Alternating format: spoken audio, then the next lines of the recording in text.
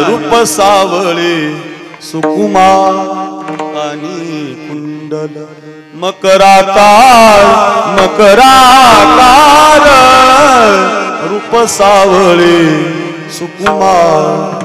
एवढं ऐकलं पुरी 16.5 वर्षाच्या पूर्ण ऐकलं. देव सुंदर आहे बारीक बोलताना बारीक कधी मध्ये पोरीने काय ऐकलं. देव सुंदर आहे, देव राजस कुमार आहे, देव निळा आहे. एवढं ऐकलं पोरीच्या मनात आलं बाई माझ्यापेक्षा सुंदर असेल.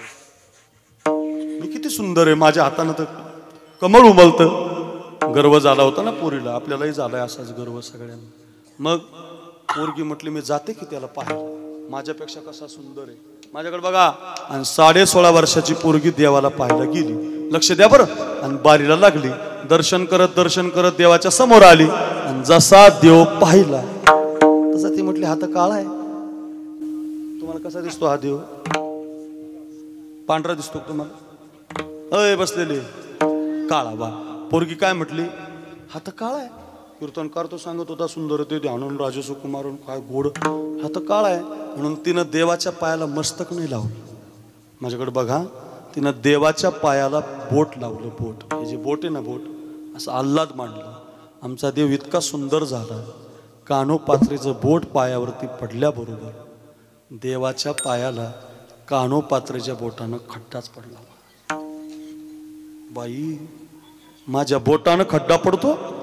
आणि मग ती पोरगी मंदिराच्या बाहेर गेली नाही. पायामध्ये घुंगरं बांधले, गळ्यात विणा घेतला, हातामध्ये चिपळ्या घेतल्या आणि मंदिरात ती पोरगी नाचून भजन करायला लागली. बरं का. विठ्ठल माझा माझा माझा माझा माझा विठ्ठल माझा मी विठ्ठला. विठ्ठल माझा मी विठ्ठलाचा. विठ्ठल माझा मी विठ्ठलाचा. विठ्ठल माझा मी विठ्ठलाचा. विठ्ठल माझा मी विठ्ठलाचा. विठ्ठल माझा माझा माझा माझा माझा विठ्ठल माझा मी विठ्ठलाचा. विठ्ठल माझा माझा माझा माझा माझा विठ्ठल माझा मी विठ्ठलाचा. मी विठ्ठलाचा मी विठ्ठलाचा.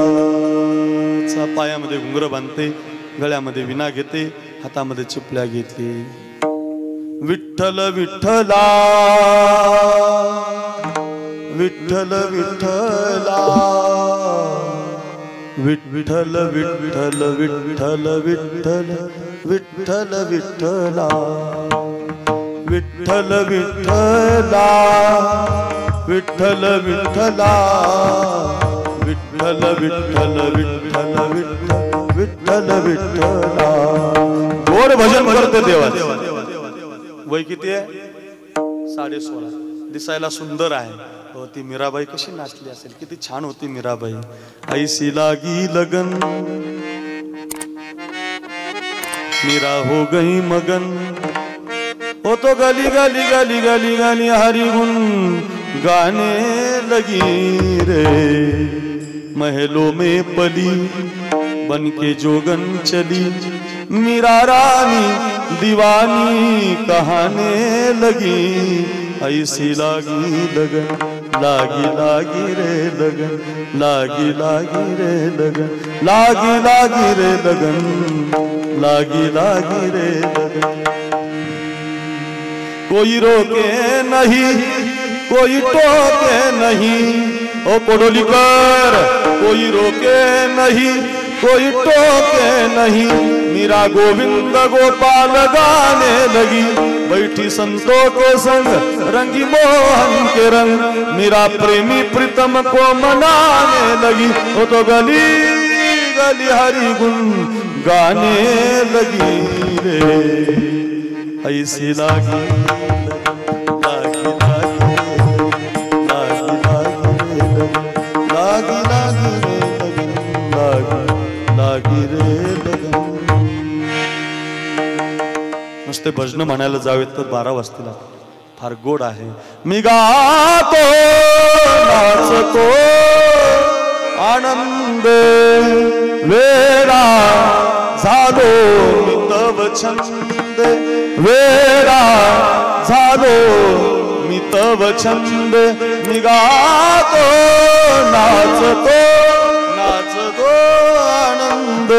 पायामध्ये घुंगरा आहेत, गळ्यामध्ये विणा आहे, हातामध्ये चिपळ्या आहे आणि 16.5 वर्षाची पोरगी नाचायला लागली, भजन करायला लागली। वेळ कमी आहे, माझ्याकडे बघा 10:30 वाजलेत। भजन करणारी पोरगी लोकांना आवडायला लागली, लोक पाहायला जायची, काय मुलगी गाते। अरे ही समाज जमला, इथं बसायला जागा नाही, पाय ठेवायला जागा नाही, काय गोड महाराज कीर्तन करतात, काय सुंदर सप्ताह केलाय कोडोली गावानं। 33 वर्ष झालेत, पारायण चालू आहे, कीर्तन चालू आहे, कधी 10:30 वाजले कळालं नाही। एवढं गोड कीर्तन चालू आहे, तुम्ही पाहायला येता, ऐकायला येता, तसं लोक तिला पाहायला जायला लागली। काय मुलगी नाचते, काय मुलगी दिसते, काय मुलगी म्हणते। झालं असं, तिच्यावर एक दिवस एका राजाची नजर पडली। त्या राजाचं नाव बिदरचा बादशाह, आणि त्यानं आदेश काढला, ही पोरगी इथं नाचून काय फायदा म्हणे, तिला आपल्या दरबारात आणा, तिला आपण नाचणाऱ्याची प्रमुख करू। वाऱ्यासारखी बातमी आली राजाच्या त्या पोरीच्या कानावर की राजा मला त्याच्या दरबारात घेऊ। कुणाचा जन्म सोन्याचा झालाय, कुणी म्हणावं माझा जन्म सार्थकी लागलाय, अभंगाचं पहिलं चरण कळल, 1 वर्षभर साखरे महाराजाचं कीर्तन ध्यानात ठेवाल। ते अक्रूर महाराज सोमनाथ पाटलांनी आणले होते, काय कीर्तन करून गेले, माझं घरी घेऊन जा, ऐका रे घरी घेऊन जा। आमच्या हिवाळे पाटलामुळे जर मी तुमच्याकडे आलोय, एवढी गोड सिस्टीम, एवढा गोड आवाज, एवढं गोड कीर्तन झालंय, घरी घेऊन जा, ध्यानात ठेवा। पोरगी पुढे पळायला लागली, पकडणारे मागे, पोरगी पुढे, पकडणारे मागे। कुणी म्हणावं माझा जन्म सोन्याचा झाला। 16.5 वर्षाच्या पोरीनं आपलं मस्तक देवाच्या पायावरती मांडलं,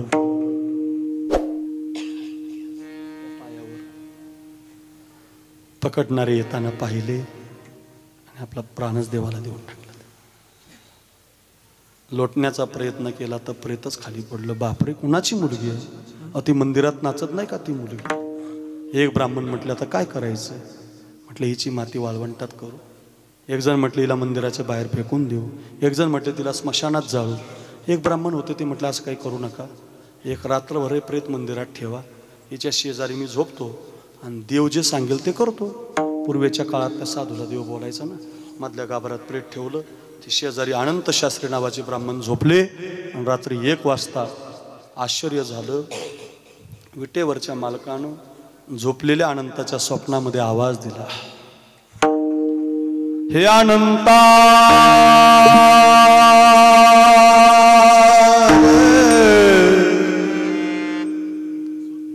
हे अनंता